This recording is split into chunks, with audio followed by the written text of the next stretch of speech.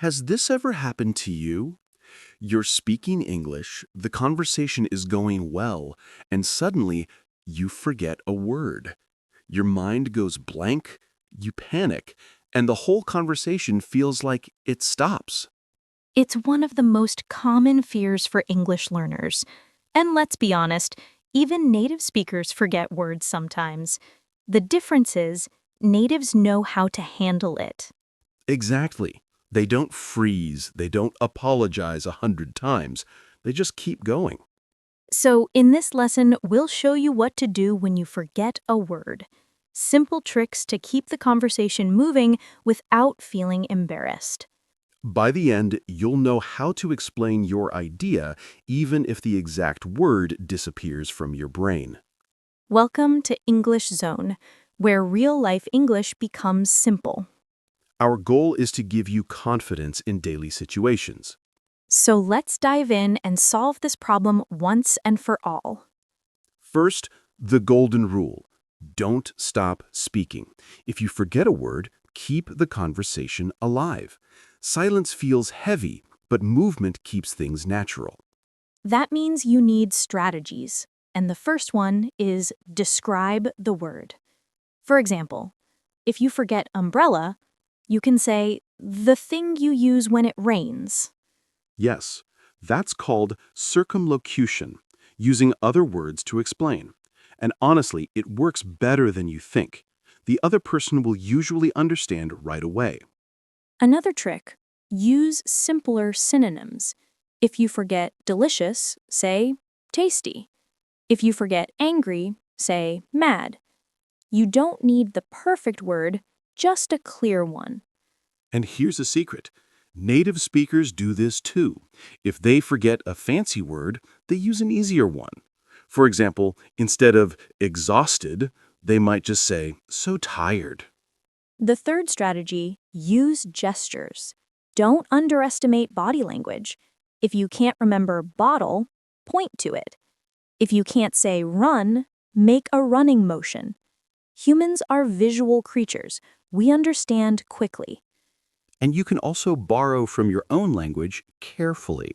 Some English words come from Latin, French, Spanish. If you try a similar word, sometimes it works. For example, restaurant is the same in many languages. But if it doesn't work, don't worry. Just laugh and move on. Communication is more important than perfection. Let's give you a short scene so you can see it in action. Imagine I forget the word scissors. Sophie's speaking. Can you give me the thing you use to cut paper? Ah, scissors? Yes, scissors. See? The conversation continues. No panic. Another example. I forget headache. I have pain in my head. It hurts. And Sophie gets it. Oh, you mean a headache? Yes. Again, easy. So the key is don't freeze. Use description, synonyms, gestures. The message is more important than the word. Here's another powerful tip. Prepare phrases for when you forget a word. For example, I don't know the word, but it's like, or how do you say? Yes, these little phrases give you confidence. They show the other person you're still trying, and people usually want to help. Let's practice. If you forget a word, you can say, what's the word for? Or, it's something like, or, it's similar to. With these, you'll never feel stuck again. And one more mindset shift. Forgetting words is normal. Even in your first language, it happens all the time. Think about it. How many times have you said in your own language, what's that thing called again? Exactly. So don't feel ashamed when it happens in English. It's human. Here's another story. I was once speaking Spanish and I forgot the word for spoon. I just said, the thing you use for soup. And the waiter immediately gave me a spoon. Problem solved. That's real communication. It's not about showing off vocabulary, it's about sharing meaning. Let's recap the strategies. Describe the word, use simpler synonyms, use gestures, borrow carefully from your language, ask with phrases like, how do you say? And most important, don't stop speaking. Keep the conversation alive.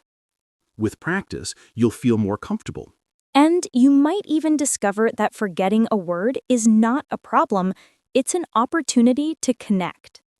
Because when you ask, how do you say this, the other person feels useful. They help you, and suddenly it's a friendly moment. That's true. Some of the best conversations start with small mistakes. So next time you forget a word, smile, use one of these tricks, and keep going. To recap, communication is about clarity, not perfection. Your goal is to share your idea, not to remember every single vocabulary item. Exactly. English is not a test, it's a tool. And tools are meant to be used, even if sometimes they're not perfect.